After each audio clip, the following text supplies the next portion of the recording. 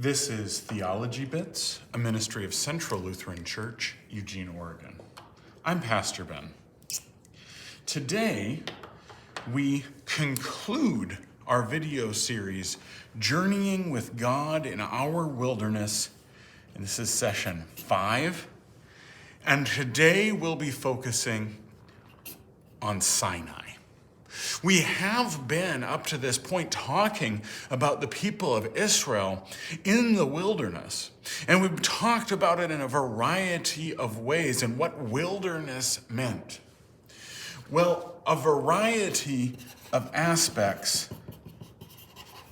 came up with wilderness. They're in a space that is not normal for their religiosity. They're in a place that is not normal for life, and they compare the space they're in now with where they have been in the past. Namely, we've been doing a lot of comparison with Egypt versus wilderness. In all of it, what wilderness has encouraged them to ask is serious questions of who are we? And what's more, who are we as a people of God? And so this is many of the questions they've asked, some through hard lessons, some simply through the discourse of being in wilderness rather than being grounded. And so then asking that question, where is our grounding? Well, today we're going to jump forward to Exodus chapter 20 when they come to the mountain of Sinai. And on this mountain, they go up and they receive the Sinai Covenant. Now, normally, we think about that as the Ten Commandments, but it actually includes much more, which we'll talk about briefly. But the fundamental question behind this is related to who are we? Well, the structure of who they are in wilderness has changed. In the book of Genesis, so if you were to compare this in the book of Genesis, they are a family. It's a large family, and the family includes a lot more than just children and cousins, but it is structured around the idea of a family. The family of Abraham, family of Isaac, family of Jacob, family of Joseph. Then they become a people, but an enslaved people in Egypt. And now, so that's not in Genesis, that's in the first half of Exodus. Now, who are they? They are now a society. A society that can choose to organize themselves one way or another. A society that has something to do with being the people of God.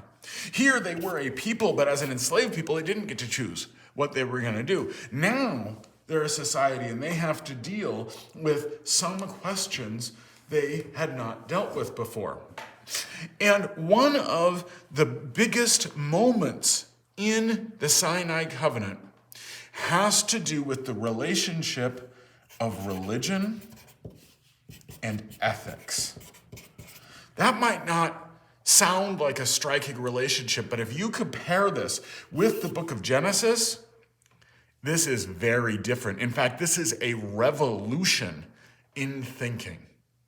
If you look at the book of Genesis, you saw a very radical division where there was, if we think vertically about God and people, there was a relationship between the two characterized by worship. What was not included in that relationship, where there is a radical division, is this relationship between one human and another human. How are you supposed to treat one another? Ethics. How are you supposed to live? What is a right way of living? What is a way of living that is not productive? not part of religion for the most part, except for a few things. There was a prohibition against killing, for example, but very few rules about how you treat one another as relevant to worship of God.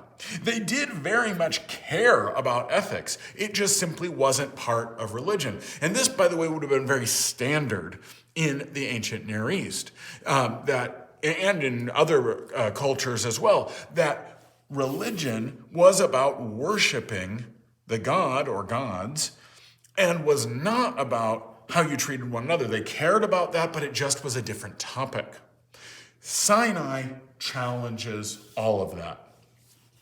If we think about Sinai as the Ten Commandments, as most people kind of do, and many of you know there's different numberings of the commandments because there's actually 11 thou shalt not statements.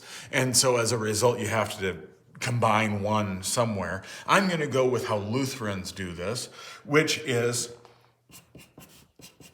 the first two would have to do with this dynamic. How do you worship God? First one, worship God alone. Second one, do not take the name of your Lord God in vain. Those are the only two that are directly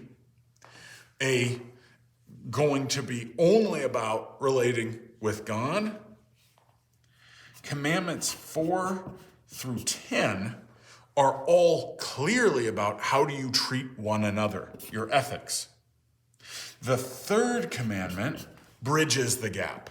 That's the commandment of keeping Sabbath, keeping it holy. Remember the Sabbath and keep it holy.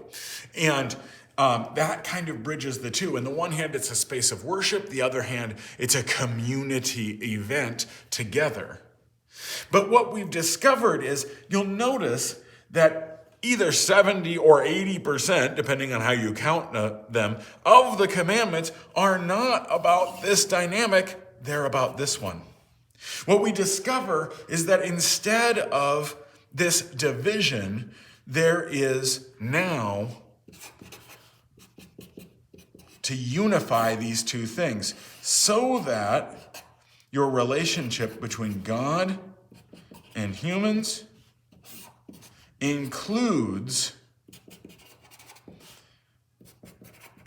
how humans treat other humans. And still this dynamic, how God relates to humans, how humans relate to God, is still called worship, which means that how people treat one another, ethics, how are you supposed to live, are part of worship.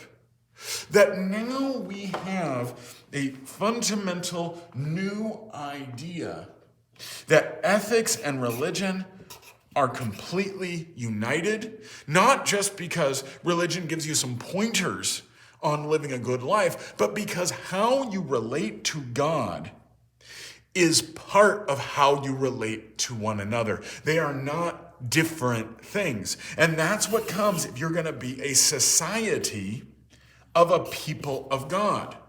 That is every aspect of society. It is expansive.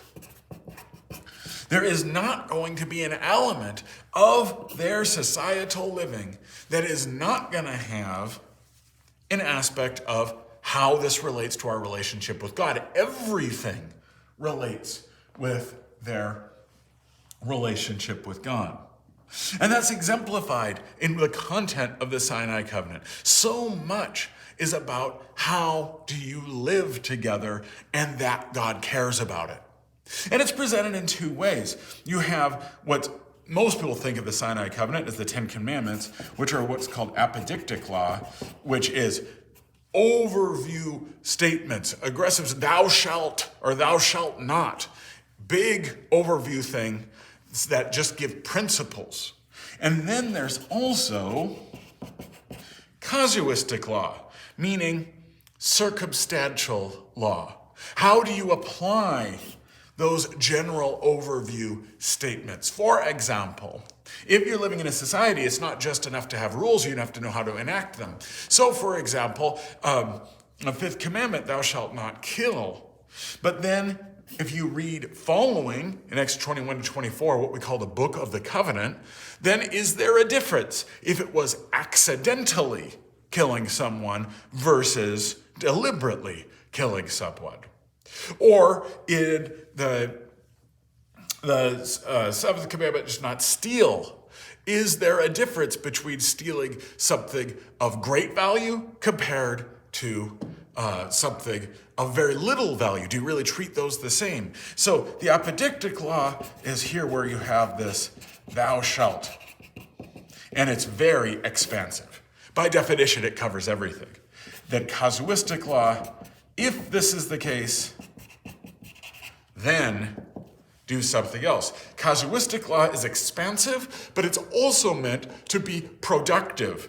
Here in the Book of the Covenant, in Exodus 21 to 24, they're going to have some, but you obviously are not going to be able to cover all of those issues. And so it's productive that then you, the community, the society, are meant to be empowered to, how do you deal with a new situation?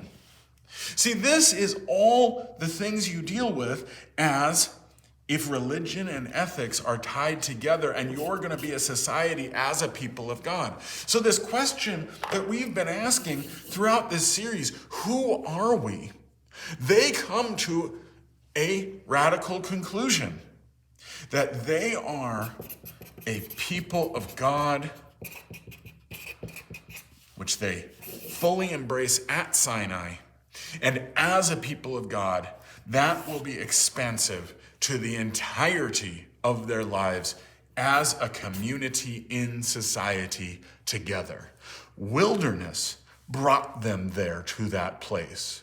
It is a society that is agile enough to see new situations and also stable enough that our society could hold together even if we don't have the grounding of a particular place, even if we are in wilderness.